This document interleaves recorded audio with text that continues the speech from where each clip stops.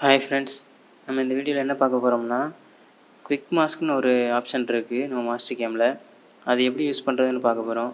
அது எங்கே இருக்குன்னா, இந்த ரைட் சைடில் கீழே கார்னரில் இருக்கும். இந்த பார் பேர் தான் குவிக் மாஸ்க்கு. இதை அப்படியே ட்ராக் பண்ணிங்கன்னா இப்படி வெளியே வரும். இது பேர் தான் குவிக் மாஸ்க்கு. இது எப்படி யூஸ் ஆகுதுன்னு நம்ம இப்போ பார்க்கலாம். இப்போ உங்களுக்கு இங்கே இருக்கிற மாடலில் டைமென்ஷன்ஸ் மட்டும் செலக்ட் பண்ணணும், இல்லை லைன்ஸ் மட்டும் செலக்ட் பண்ணணும், இல்லை சர்க்கிள் மட்டும் செலக்ட் பண்ணணும், இல்லை பாயிண்ட்ஸ்லாம் செலக்ட் பண்ணணும் அப்படின்னா நீங்கள் தனித்தனியாக செலக்ட் பண்ண தேவையில்லை.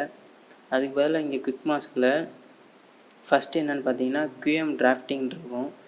இதை கிளிக் பண்ணிங்க அப்படின்னா உங்களுக்கு இந்த மாடல், நீங்கள் என்ன மாடல் வச்சுருக்கீங்களோ அதில் இருக்கிற டைமென்ஷன்ஸ் மட்டும் செலக்ட் ஆகும்.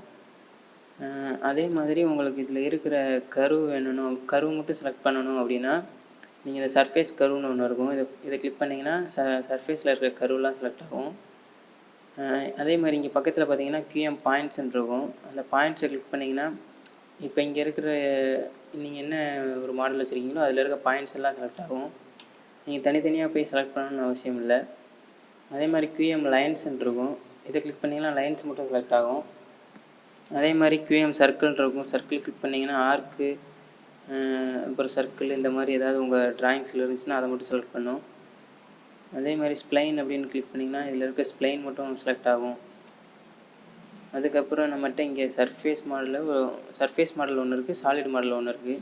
உங்களுக்கு QM சர்ஃபேஸ்னு கிளிக் பண்ணிங்கன்னா இதில் என்ன இருக்கிற மாடலில் இதெல்லாம் சர்ஃபேஸோ அது மட்டும் செலக்ட் ஆகும். அதே மாதிரி நீங்கள் இங்கே பக்கத்துலேயே வந்து QM சாலிட்ஸ்ன்னு இருக்கும். அதை கிளிக் பண்ணிங்கன்னா உங்களுக்கு இந்த இதில் என்னென்ன சாலிட்ஸ் இருக்கோ அது மட்டும் செலக்ட் ஆகும். இந்த ஸ்க்ரீனில் இருக்க இதில் என்னென்ன சாலிட்ஸ்லாம் இருக்கோ அதெல்லாம் செலக்ட் ஆகும். இப்போ QM வயர் ஃப்ரேம்னு ஒன்று இருக்கும். இதை கிளிக் பண்ணிங்கன்னா இதில் இருக்க எல்லா வயர் ஃப்ரேமும் செலக்ட் ஆகும். அதாவது இந்த டைமென்ஷன்ஸு, அப்புறம் இந்த சாலிடு, சர்ஃபேஸ்லாம் வயர் ஃப்ரேம் கிடையாது, அதனால் அது மட்டும் செலக்ட் ஆகாது.